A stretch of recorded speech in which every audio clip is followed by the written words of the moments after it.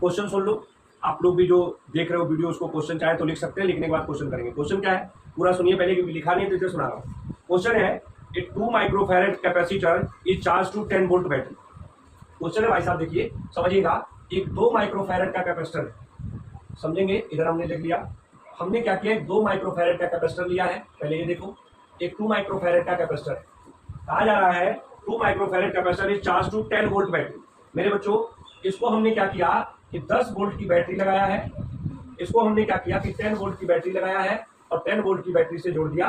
यहाँ पे ये बैटरी है, ये 10 वोल्ट की है, यहाँ पे हमने 10 वोल्ट की बैटरी से इसको जोड़ दिया। जब हम इसको 10 वोल्ट की बैटरी से जोड़े तो क्वेश्चन क्या पूछा है सुनना। फर्स्ट क्वेश्चन हमसे ये पूछ रहा है कि भाई साहब वर्क डन बाई बैटरी बता दीजिए क्या। पहला क्वेश्चन ये पूछा है कि वर्क डन बाई बैटरी बता दीजिए क्या होगा, घबराना नहीं। दूसरा क्वेश्चन आपसे ये पूछ रहा है भाई साहब, अगर आप वर्क डन बाई बैटरी बता देते हैं तो आप बताइए कि find the energy stored by the capacitor. Second बात में आपसे पूछा गया कि एनर्जी स्टोर्ड बाय कैपेसिटर आप बताइए क्या होगा। सुनिएगा, एनर्जी स्टोर्ड बाय कैपेसिटर आपसे पूछा गया क्या होगा बताइए। और थर्ड बात पूछा गया है कि अमाउंट ऑफ हीट डिसिपेटेड क्या होगा, ये भी बताइए। थर्ड पार्ट पूछा है कि अमाउंट ऑफ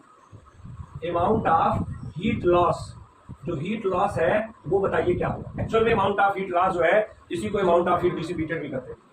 क्लियर है, जो अमाउंट ऑफ हीट लॉस होता है बच्चों उसी को हम लोग अमाउंट ऑफ हीट डिसिपेटेड भी बोलते हैं। तो ये आपके सामने क्वेश्चन दिया हुआ है, आप इस क्वेश्चन को देख सकते हैं। सबसे पहले क्वेश्चन में बोला कि एक 2 माइक्रोफैरेड का कैपेसिटर है, इसको 10 वोल्ट की बैटरी से हमने चार्ज किया। पहले बोला वर्क डन बाई बैटरी। इधर बताइए अगर आप इस 2 माइक्रोफैरेड के कैपेसिटर को 10 वोल्ट के बैटरी से चार्ज करते हैं तो कहानी क्या हुई होगी। कहानी ये हुई होगी कि जब ये 10 वोल्ट की बैटरी क्या किया होगा, चार्ज ट्रांसफर करना शुरू किया होगा Q, और ये जो Q होगा ये positive terminal plus Q charge transfer किया तो इस वाले जगह पे प्लस Q चार्ज आया होगा और यहाँ पे माइनस Q आया। तो charge transfer by the battery कितना होगा पहले देखिए। Q इक्वल टू हम लिखते हैं C इंटू V, तो C का वैल्यू है 2, V का वैल्यू है 10, मतलब 20 माइक्रोकुलाम का चार्ज यहाँ ट्रांसफर है। मतलब ये Q का जो वैल्यू है मेरे बच्चे 20 माइक्रोकुलाम का है रे बेटा। अब कर रहा है वर्क डन बाई बैटरी, क्या बोला है वर्क डन बाई बैटरी। तो सुनो मेरे बच्चे, पहले पार्ट का जवाब है वर्क डन बाई बैटरी का फार्मूला होता है Q इंटू डेल्टा V। कितना चार्ज ट्रांसफर किया, 20 माइक्रोकुलाम किया ना, तो चार्ज हो गया 20 माइक्रोकुलाम का ट्रांसफर हुआ और पोटेंशियल डिफरेंस कितना हुआ 10 का। क्लियर है, तो यहाँ 10 का हो गया तो तुम्हारे सामने 10। तो 10, अब देखो यहाँ पे जो फार्मूला हम ये लगाए हैं इससे अच्छा है कि हमको फार्मूला लगाना चाहिए था डेल्टा Q बाई V। क्या लगाना चाहिए था, डेल्टा Q इंटू V लगाना चाहिए था। सॉरी, क्यों लगाना चाहिए था, क्योंकि शुरू में चार्ज क्या था 0, टोटल चार्ज कितना ट्रांसफर हुआ Q, तो चार्ज का ट्रांसफर कितना हुआ 0 से Q, और पोटेंशियल तो पहले भी 10 था और अभी भी क्या है 10 ही है, तो ये रहा। तो चार्ज का ट्रांसफर तुम्हारे सामने ये है, लेकिन आपने लिखा ये, तो आप यहाँ से करेंगे तो 200 आएगा। लेकिन मेरे बच्चों सुनो ध्यान से, ये 200 आया, लेकिन साथ में क्या आएगा माइक्रोकुलाम इंटू वोल्ट है ना। तो याद रखिए मैं पहले बता चुका हूं कि 1 माइक्रोकुलाम इंटू 1 वोल्ट जो होता है Q इंटू V, ये बराबर होता है 1 माइक्रो जूल की। ये आप याद रख सकते हैं, इसको क्वेश्चन में कहीं लिख दिया मैं, ये होता है। तो ये 1 माइक्रो जूल है, इसका मतलब इसका जो एनर्जी हो जाएगा ये माइक्रो जूल में इसका यूनिट हो जाएगा। तो ये पहले आया work done by battery. Clear हुआ, पहला पार्ट समझ में आया वर्क डन बाई बैटरी। ठीक है भाई साहब, दूसरा कह रहा है बताओ energy stored by the capacitor. शुरू में तो कैपेसिटर में कोई एनर्जी नहीं था, बोलो अब एनर्जी आ गया होगा क्योंकि इसमें चार्ज आ गया।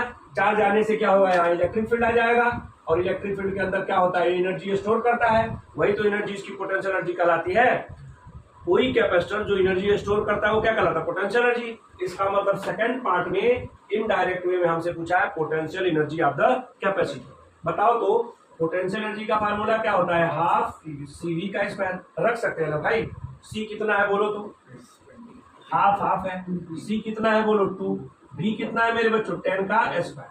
सुनना, ध्यान देना, समझना मेरे बच्चों, ये जो हाफ है इससे साफ हो जाएगा, बोलो हो गया। तो ये कितना आ गया बताओ तो, 100 माइक्रो जूल का पोटेंशियल एनर्जी आ गया इस सिस्टम की, 100 माइक्रो जूल। दो बातें समझ में। अब देखो थर्ड बात, थोड़ा सुनना ध्यान से और समझने का प्रयास करना। दिख तो रहा है ना छोटा करने पे भी, तो दिक्कत तो नहीं है। चलो अब सुनो थर्ड पार्ट में बोला अमाउंट ऑफ हीट लॉस। सुनो जरा ध्यान दो, समझो मेरे बच्चों, हमने जो है वर्क कितने का किया, हमने जो वर्क किया वो किया 200 जूल का। भाई साहब सुनिएगा, हमने जो वर्क किया वो 200 जूल का किया, लेकिन भाई वर्क इसलिए कर रहे थे कैपेसिटर को चार्ज करने में, और जितना चार्ज करेंगे उससे पोटेंशियल एनर्जी आएगा ना, लेकिन उसमें कितनी एनर्जी स्टोर हुई, 100 जूल का। भाई हमने आपको 200 रुपया दिया जाओ सामान लेने के लिए, और आप 100 रुपया का समन्वय लेके आए, इसका मतलब 100 रुपये का तो कमीशन खाए ना भाई साहब, इसका मतलब लॉस कितना हो गया, 100 का।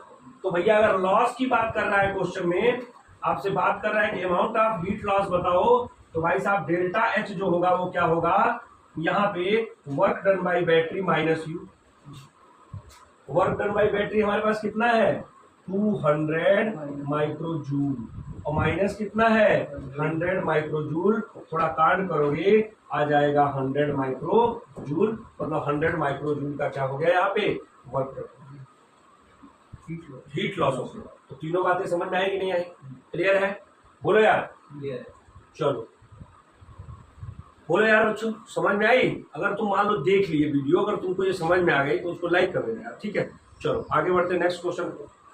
चलो क्वेश्चन समझो, अच्छा क्वेश्चन है, थोड़ा देखेंगे हम, बता दें, इसको भेज दूंगा, देखता हूँ तो फोटो खींच लेंगे।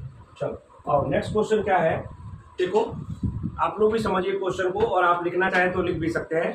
क्वेश्चन है, ए 2 microfarad capacitor is charge by 10 volt battery. समझिए मैं बनाता हूँ और आपके साथ चलता हूँ, आपको समझाते भी चलता हूँ।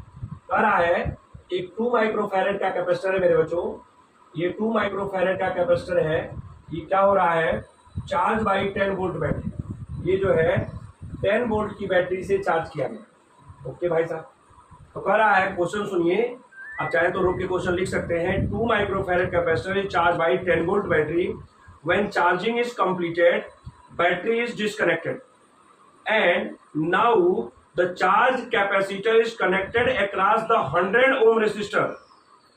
In complete discharging of the capacitor, find the amount of heat dissipated या find the amount of heat loss।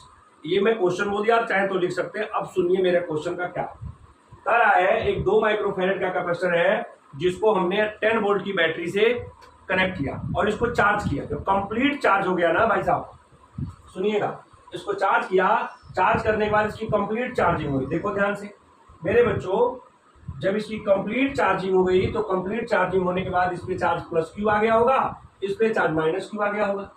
अगर मैं तुमसे बोलूं यहाँ पे, तो प्लस क्यू का वैल्यू आप क्या लिखने वाले हो, प्लस क्यू का वैल्यू लिखोगे C इंटू वी। थोड़ा कांड करो तो 2 इंटू 10 आता है मेरे बच्चों 20 माइक्रो कूलाम का चार्ज इस पे आ जाएगा।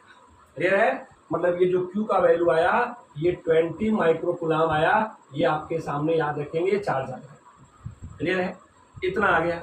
अब कह रहा है after the complete charging battery disconnected.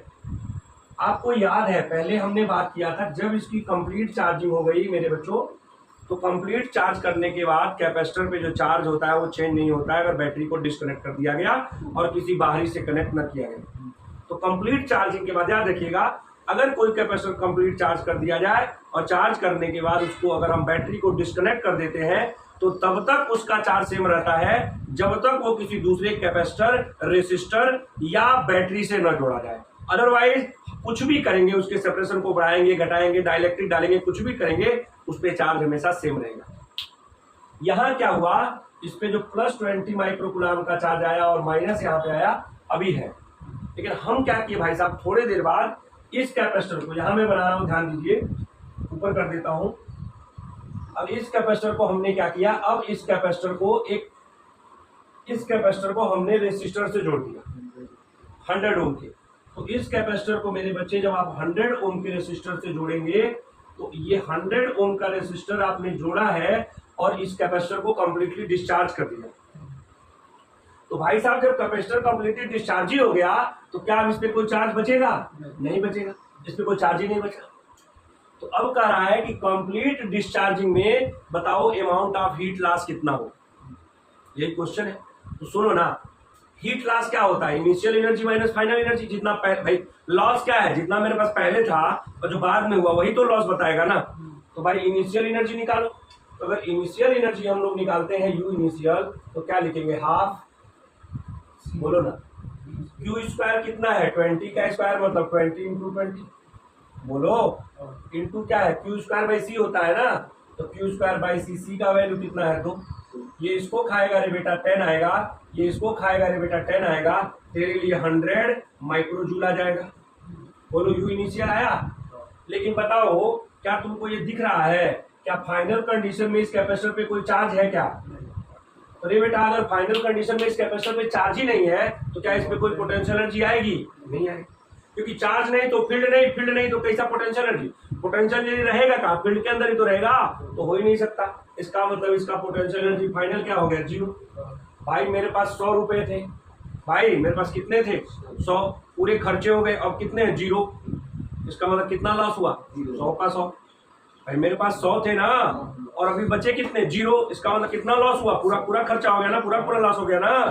तो भाई साहब amount of heat loss delta H जो है क्या लिखेंगे आप? U initial minus U final is equal to 100 micro joule, and this is the answer of this question. बोले हो जाएगा, कर सकते हैं? तो ये आपके सामने हो गया एक सवाल जो आपके सामने दिया था, करा दिया। आगे बढ़े, चलिए भाई साहब देख लीजिए तब तक आप लोग आराम से।